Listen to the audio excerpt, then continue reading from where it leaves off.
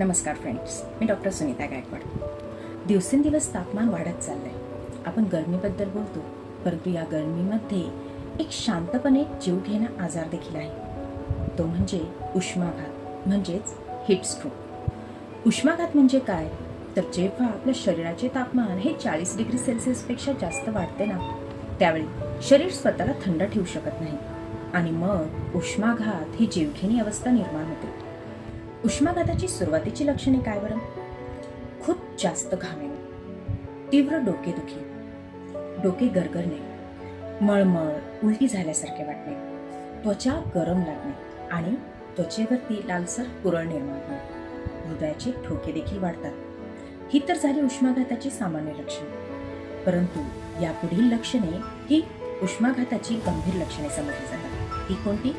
तर अचानक घाम येणं बंद होणे आणि हे सर्वाधिक गंभीर लक्षण आहे. यानंतर बेशुद्ध पडणे, क्वचित कधी झटके येणे, मेंदूवर परिणाम होऊन गोंधळल्यासारखे वाटणे आणि तरीही जर वेळेत उपचार मिळाला नाही तर उष्माघातामुळे मृत्यू देखील होऊ शकतो. उष्माघाताचा धोका कोणाला बरं जास्त असतो?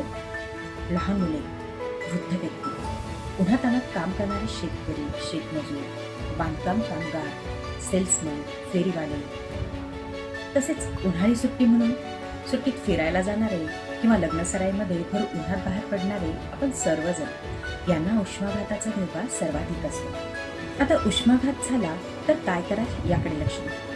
उष्माघात झाला तर लगेच सावली किंवा थंड जागी जा किंवा संबंधित रुग्णाला सावलीमध्ये घेऊन जा. त्याचे घट्ट असलेले कपडे सैल करा. थंड पाण्याने शरीर पुसा. ORS किंवा साधं पाणी द्या. मात्र हेही जर व्यक्ती शुद्धीत असेल तरच, आणि ताबडतोब डॉक्टरांकडे न्या. उष्माघात झाल्यावर काय करू नये हे पण लक्षात ठेवा. बर्फ डायरेक्ट शरीरावर ठेवू नका. बेशुद्ध व्यक्तीला तोंडाने काहीही देऊ नका. ही तर झाली उष्माघात झाल्यानंतर काय कराल ते प्राथमिक उपचार. आता आपण बघूया उष्माघात टाळण्यासाठी काही करता येईल का? नक्कीच करता येईल. यासाठी भरपूर पाणी प्या. म्हणजे दिवसभरात 6 ते 8 ग्लास पाणी हे पिलं गेलं पाहिजे. दुपारी 12 ते 4 या काळात उन्हात बाहेर जाणं शक्यतो टाळा. बाहेर जाणं अपरिहार्य असेल तर हलके व सैल कपडे घाला. डोक्यावर टोपी, ओढणी किंवा छत्री धरा. आणि लक्षात ठेवा, उष्माघात टाळता येतो, पण दुर्लक्ष केलं तर जीवावर देखील बेतू शकतो. त्यामुळे स्वतःची आणि आपल्या प्रियजनांची काळजी घ्या. व्हिडिओ आवडला तर लाईक करा, कमेंट करा, शेअर करा. लवकरच पुन्हा भेटू अशाच एखाद्या आरोग्यविषयक माहितीपर व्हिडिओमध्ये. तोपर्यंत नमस्कार.